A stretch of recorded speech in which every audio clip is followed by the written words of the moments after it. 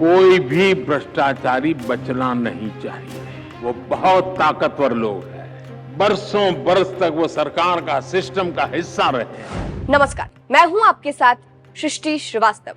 प्रधानमंत्री नरेंद्र मोदी ने जिस तरह से कुछ हफ्ते पहले सीबीआई के अधिकारियों को कहा था कि एक भी भ्रष्टाचारी बचना नहीं चाहिए, उससे भ्रष्टाचारियों के कान खड़े हो गए थे और सीबीआई को पीएम मोदी का फुल समर्थन मिल गया था। उसके बाद से देख लीजिए, भ्रष्टाचार करने वाला कोई आम इंसान हो या कोई राजनेता, उसके खिलाफ और तगड़ा एक्शन शुरू हो गया। हालांकि इससे विपक्ष और भी ज्यादा बौखला गया, क्योंकि विपक्ष में बैठे कई नेताओं पर अब तक सीबीआई शिकंजा कस चुकी है।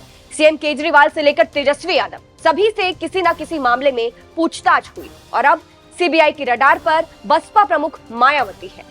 दरअसल अतीक और उसके परिवार पर आंसू बहाने वाली मायावती की अब मुश्किलें बढ़ने वाली है। मामला ताज कॉरिडोर घोटाले का है, जिसमें मायावती का नाम सामने आया है। ये घोटाला लगभग 20 साल पुराना है और अब इस मामले में सीबीआई ने एक्शन लेना शुरू कर दिया है। जानकारी के मुताबिक ताज कॉरिडोर घोटाले में तत्कालीन मुख्यमंत्री मायावती और मंत्री रहे नसीमुद्दीन सिद्दीकी की मुश्किलें सीबीआई बढ़ाने वाली है। बता दें, इस मामले में सीबीआई को महेंद्र शर्मा के खिलाफ अभियोजन की स्वीकृति मिली है। Mahendra Sharma national projects construction corporation limited के तत्कालीन एजीएम थे और 2002 में मायावती ताजमहल और उसके आसपास के इलाके को कॉरिडोर के रूप में विकसित करने के लिए इस परियोजना की शुरुआत की थी। National projects construction corporation limited को इस कॉरिडोर करने का ठेका दिया गया था।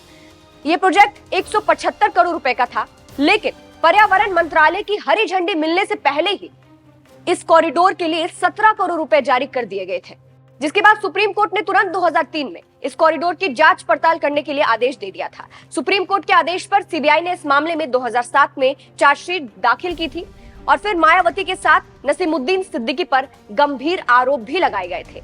एबीपी की एक रिपोर्ट के मुताबिक सीबीआई ने धोखाधड़ी, भ्रष्टाचार, साजिश समेत तमाम धाराओं में मुकदमा दर्ज किया गया था, लेकिन मायावती उस वक्त मुख्यमंत्री थी, इसलिए इस केस को चलाने की इजाजत देने से मना कर दिया गया था और सीबीआई कोर्ट में चल रही जांच रुक गई थी। लेकिन अब एक बार फिर से मामला उठा है और सीबीआई की जांच शुरू हुई है और ऊपर से सीबीआई पश्चिम की एंटी करप्शन कोर्ट में 22 मई को सुनवाई भी होगी। तो ऐसे में मायावती की मुश्किलें बढ़ने वाली। तो कुछ इस तरह से सीबीआई अपना काम जारी रख रही है और पीएम मोदी के कहने के बाद से सीबीआई और भी एक्शन में आ गई है। फिलहाल आपको पीएम मोदी का वो बयान भी सुनाते हैं, जिसमें वो सीबीआई के अधिकारियों को भ्रष्टाचार के खिलाफ लड़ने की बात कह रहे हैं। सुनिए।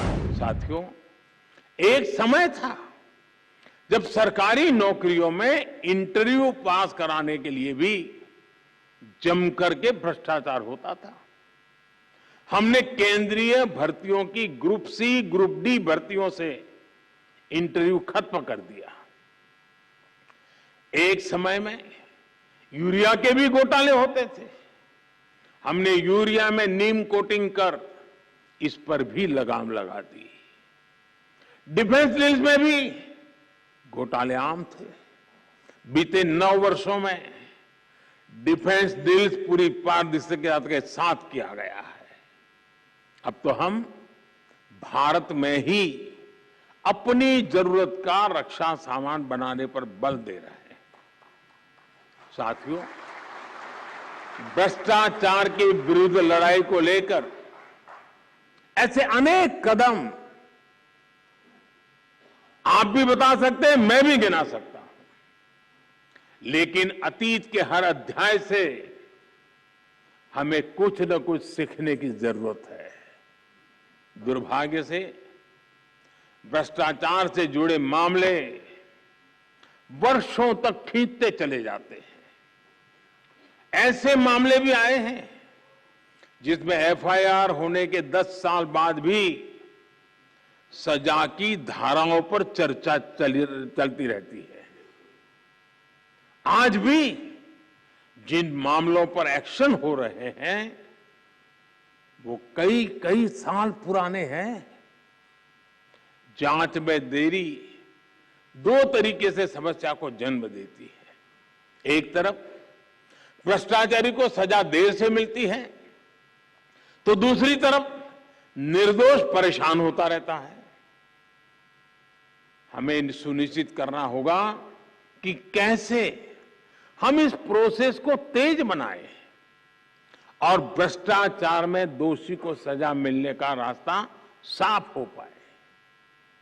हमें बेस्ट इंटरनेशनल प्रैक्टिसेस को स्टडी करना होगा, जांच अधिकारियों की कैपेसिटी बिल्डिंग पर फोकस करना होगा।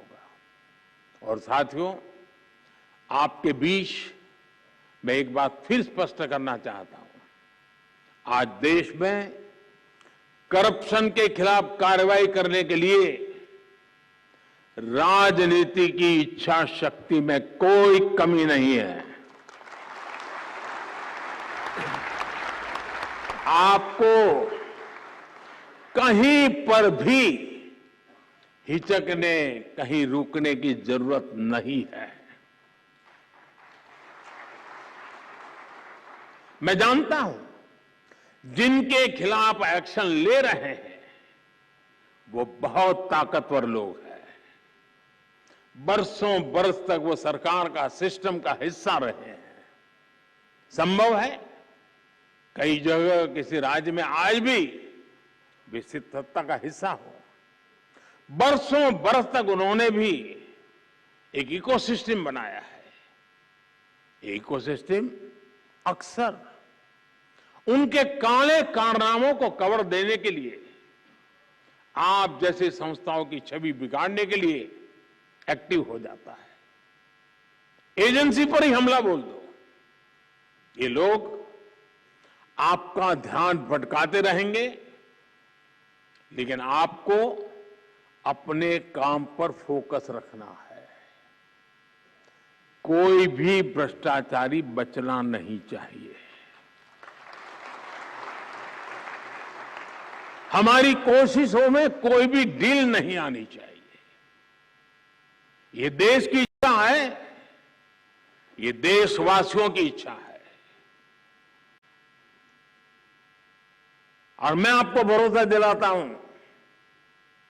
देश आपके साथ है, कानून आपके साथ है, देश का संविधान आपके साथ है।